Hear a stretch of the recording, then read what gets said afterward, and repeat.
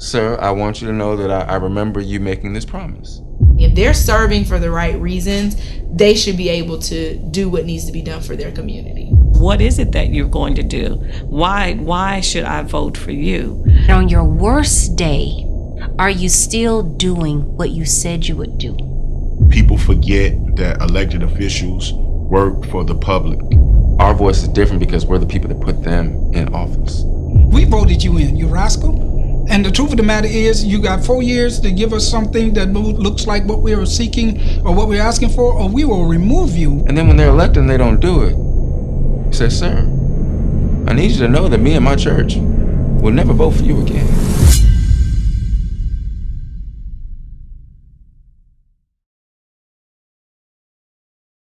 My dear friends, your vote is precious, almost sacred. It is the most powerful non-violent tool we have to create a more perfect union.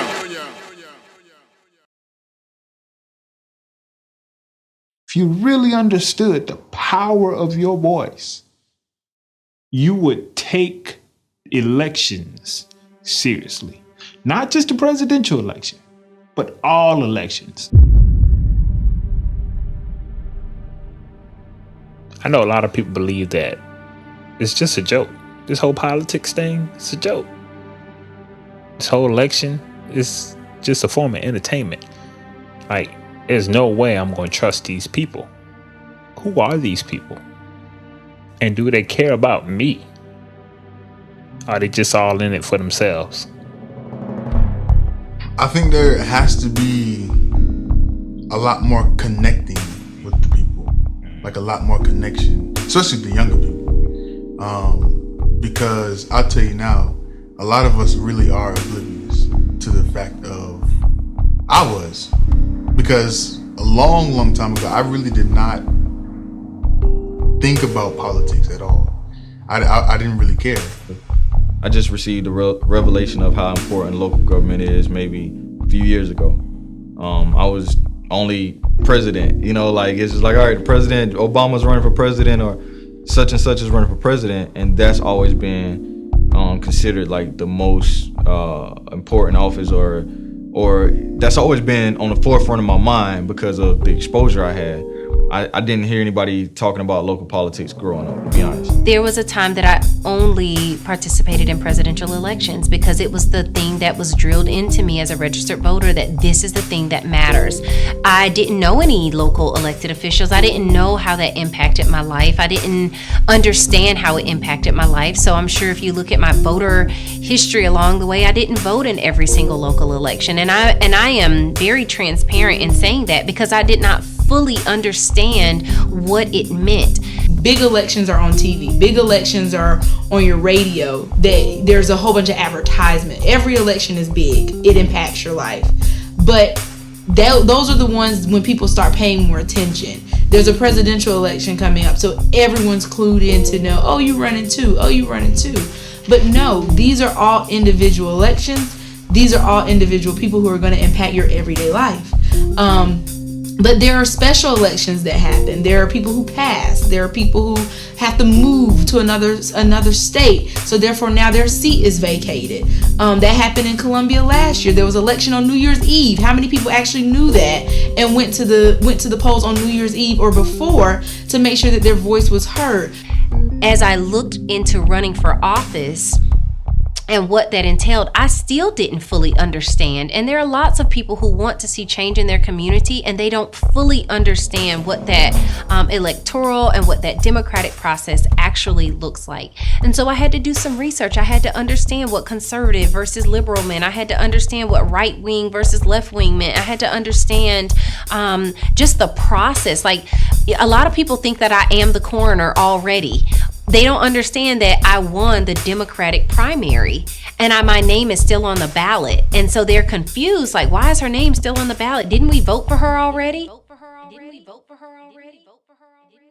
I think we are losing faith in the democratic process. And I think part of it is because we don't understand the full democratic process and the danger in not understanding the very process that is affecting your life, that if you don't engage it, then it will literally direct you in a path that may not be in your best interest. People talk about this political process. It is not working. Yes, it is. It's working the way it was designed to work from the beginning. It's working, bruh. It's just that we got to make it work differently. We got to make it work for all people versus the top 1% or 10%. I don't like how we've done the voting movement. Just go vote. That is a lie. It's a lie. It is. It really is. Okay, go vote is the equivalent of you telling a woman who's lonely, just go to the club and get you a man.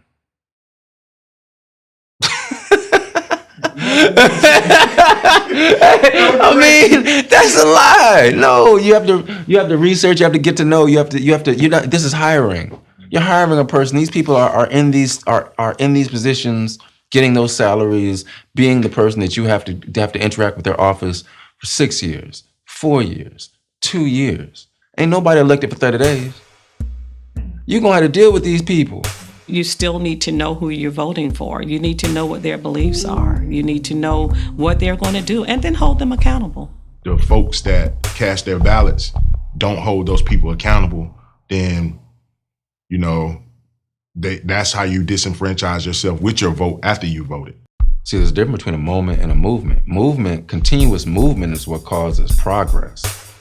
Moments are moments. And what happened is we had a moment in 2008. CBS now estimates because of victories in California, Washington, Oregon, and Hawaii. CBS projects that Senator Barack Obama of Illinois will be the next president of the United States. He defeats John McCain, the senator from Arizona and Vietnam War hero. And no matter whom you voted for, you'd have to agree this is an incredible milestone in the history of this country. A century and a half after the Constitution abolished slavery and guaranteed blacks the right to vote, 4 decades after the passage of the Civil Rights Act, voters have chosen our first African-American president. We had a moment in 2016. We had a whole other moment in 2016. It is my high honor and distinct privilege to introduce to you the President-elect of the United States of America, Donald Trump. Now we're about to have a moment in 2020. But in between those moments are movements. And the movements that actually exist are what is there when the moment goes away.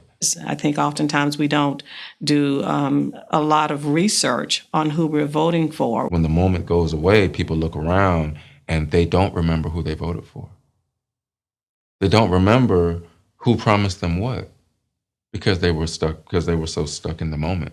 But the movement will continue, and if you just came here for the moment, you go home, the movement will just go on without you, and your interest would not be a part of the movement. Our forefathers fought. People died for us to have the right to vote, but yet oftentimes we don't take advantage of it. We may do it every 4 years, but I think it's really, really imperative that we let people know every time there's an election, our voice needs to be heard. If we're not going to realize our power, there's no use to having it. So we might as well be in a dictatorship, to be honest, if we're not going to use it. Okay, so for the people who don't vote and don't participate, I don't want to tell them anything. I want to shut up and listen. I want to ask you, why don't you vote? Why do you feel like your vote is insignificant? Because I think we shame a lot of people that don't vote and don't participate versus listening to find out what it is that bothers them about the process. Now, of course, my beliefs are you should vote in every single election. Your vote does count. I lost my election by hundreds of votes, and we all know hundreds of people. In fact, I had somebody tell me after my election, man, did you win? I was like, no, I lost in my runoff.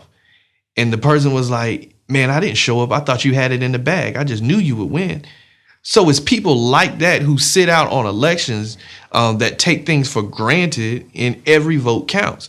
And so I wouldn't want to tell that person anything. I would want to listen. We're looking at an electorate now with a whole lot of new voters, not just because people are 18 years old, but because people have not participated in the process. Shaquille O'Neal came out the other day and said that this was the first election he's voted in. as a grown man, superstar Shaquille O'Neal.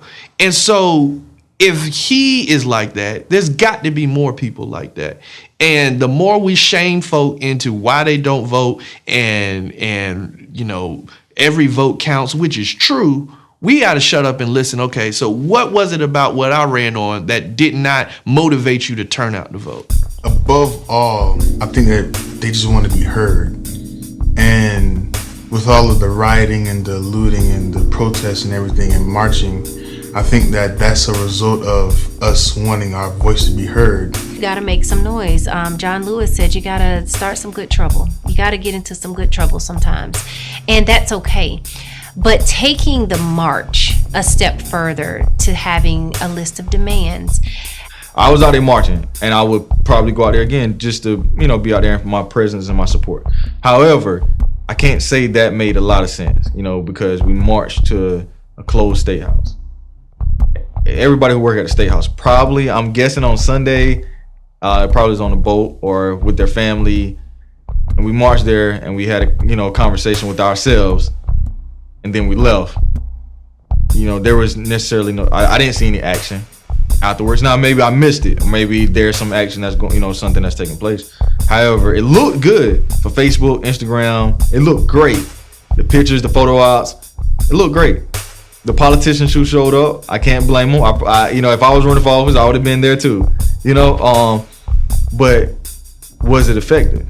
I think it is pointless to waste my time marching and there are no demands. When we want something looked into, one of the best ways to do that is to raise awareness. A march is just raising awareness. It is not to say that we're here to loot or to be violent or to cause bad trouble. It is to say that we have something that we've been trying to say for years and no one is listening. So let me get your attention in another way. So I ask you, if not us, then who? If not now, then when? The time has arrived to tear down the barrier to the ballot box. Today, we are able to do our part in this long fight for the very soul of our nation. People have to identify and understand what voter suppression looks like, because voter suppression could be an illusion. It could be something that is said over and over again to embed in the back of your mind that this process is not going to work. So why should I waste my time if this process is not going to work? Because they continuing to tell me that it's a problem with the process. And those people that are spewing this type of rhetoric into our society, the people that support them are going to vote. They're not paying it any attention at all because they understand that this system has been created. And as long as we follow and continue to do what we do that fits the system, we're going to be fine. The fear of our nation now, the fear of some in our nation now, is the people will speak. And so you got to do everything to pervert that process. These things are going to happen. You're going to have things on social media that's not accurate. You're going to have emails that are going to be coming that's not accurate. But unfortunately, that's just politics. But we want to make sure that you're talking with someone that you know can give you the right answer. They're trying to suppress. They're saying with the mail-in votes, all of that. It's wanting to get people to a level where they're uncomfortable in voting. An excuse not to do it. That's why I say remain focused. Remain focused. We have people in place that's making sure that the votes are going to be counted, the votes are going to be accurate.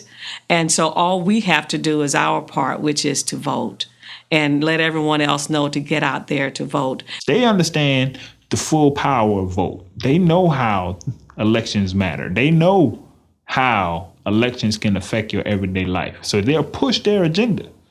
And they'll suppress anything that comes against it. Voter suppression is a byproduct of elections, just like the Supreme Court. You beat voter suppression by winning elections. You win elections by overcoming voter suppression. Chicken and the egg. The very first election, it was a record number of African Americans elected to office. in this country, the very first election after we given right. Do you think there wasn't voter suppression going on? That's, so voter suppression means that they make it hard. They can't make it impossible. You know what I'm saying? We have too many avenues as a community to make it impossible. If a person wants to have an excuse, anybody can find one. But to be honest, we have enough resources in our community, ready and able resources in our community that everyone can go vote. The most important thing that constituents can do is realize how important their one vote is. Really understand that your vote does matter. Your voice is important. That's why so much is being spent to either get you to the polls and vote or to deter you away from voting. Understand that the political process works.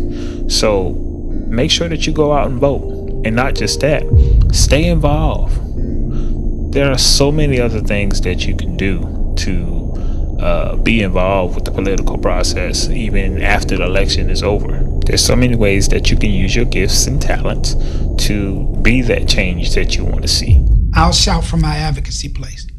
You shout from your journalism place. Somebody else shouts from their political place. Somebody else shouts from their economic place. Somebody shouts, from the healthcare perspective. But if we all shout at this wall together, we all unify and come together quietly, under stealth.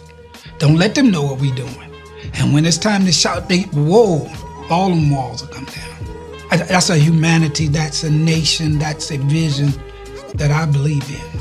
So whatever it is, if you're worried about it, if you're concerned about it, if you're happy about it, find a way, find someone that you see on social media that you can just reach out to them. If someone reached out to me tomorrow and said, I want to do this, I'm going to give you an outlet. I'm going to tell you where to go to get more involved. But if you're upset, find someone who has that same passion for your anger. And you get with them to figure out what you can do to change the scope of what things look like. But I would really just encourage our generation, we've got to stop complaining. And we've got to use that to give us the energy to make a difference and to make a change. So if people do that, it'll be change made all over this world. And so I think when people find out what their niche is, what their expertise is, what they're called to do, man, ride that thing and collaborate with people who are doing their thing so you can help make the better goal. I recite this poem all the time because we learned it at South Carolina State called We the Willing. It says, we the willing who are led by the unknown are doing the impossible for the ungrateful. We've done so much with so little, we're now qualified to do anything with nothing. And so that poem is literally the answer to what role do I play? Because the answer is be the willing. As long as you're willing to do something, you're pushing the movement forward.